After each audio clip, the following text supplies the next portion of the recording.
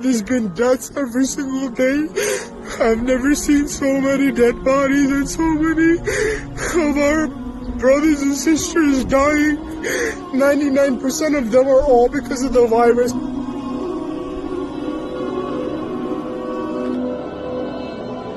The hospitals, the morgues, the city morgues being overwhelmed with this number, with all of the funeral service being overwhelmed and overburdened with these numbers, not knowing how to refrigerate and store these dead bodies.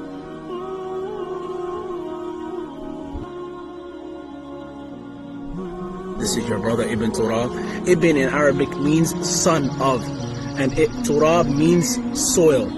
Son of soil. Whenever I'm at the graveyard and I'm doing funerals, majority of the time I'm always covered in dirt, and this is a reminder to me, and this is a reminder to me every single day that I myself, I'm going to go back into this earth. A lot of us, we find peace and we find contentment in taking care of the ones that are alive. But I find peace and contentment and happiness in taking care of the ones that have departed. When I go to sleep, the last thing that crosses my mind are dead bodies. Who I buried today. And when I wake up, who I am going to bury today. These trailers are located right in front of our funeral home in New York City for dead bodies, to refrigerate dead bodies because of the coronavirus pandemic that has affected each and every single one of us globally and individually around the world. We don't have any space anymore to keep bodies because of all of the people that are dying with this pandemic. All of these boxes that you see are coffins. When a brother or sister passes away in the community, we provide a proper Islamic cleansing of the body, the funeral prayer, and an Islamic burial. If one person from the community steps forth and fulfills this responsibility, it is lifted off all of the shoulders of the community and it suffices for all of the community. The first part of the funeral process is to cleanse the deceased.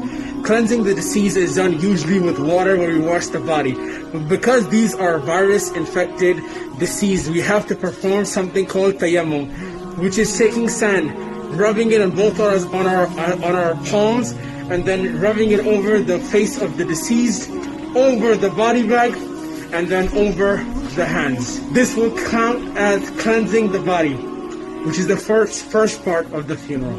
The second process is the shrouding of the body, which is wrapping the deceased in 3 or 5 or even 1 white pieces of shroud, meaning completely wrapping the body around before performing the funeral prayer, as you can see going in the back.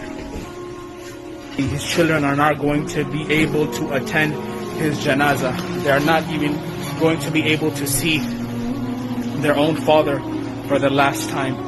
This is what a day looks like after we are done preparing all of the burials for the next day.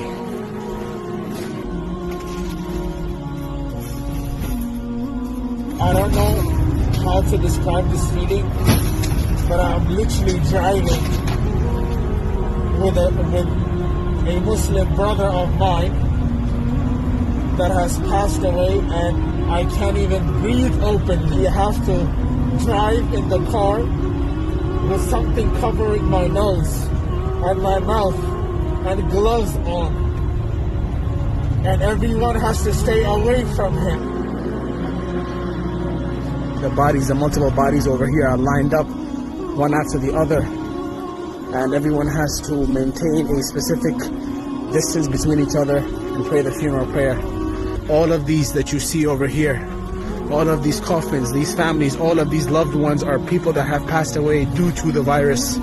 This has affected each and every single one of us globally.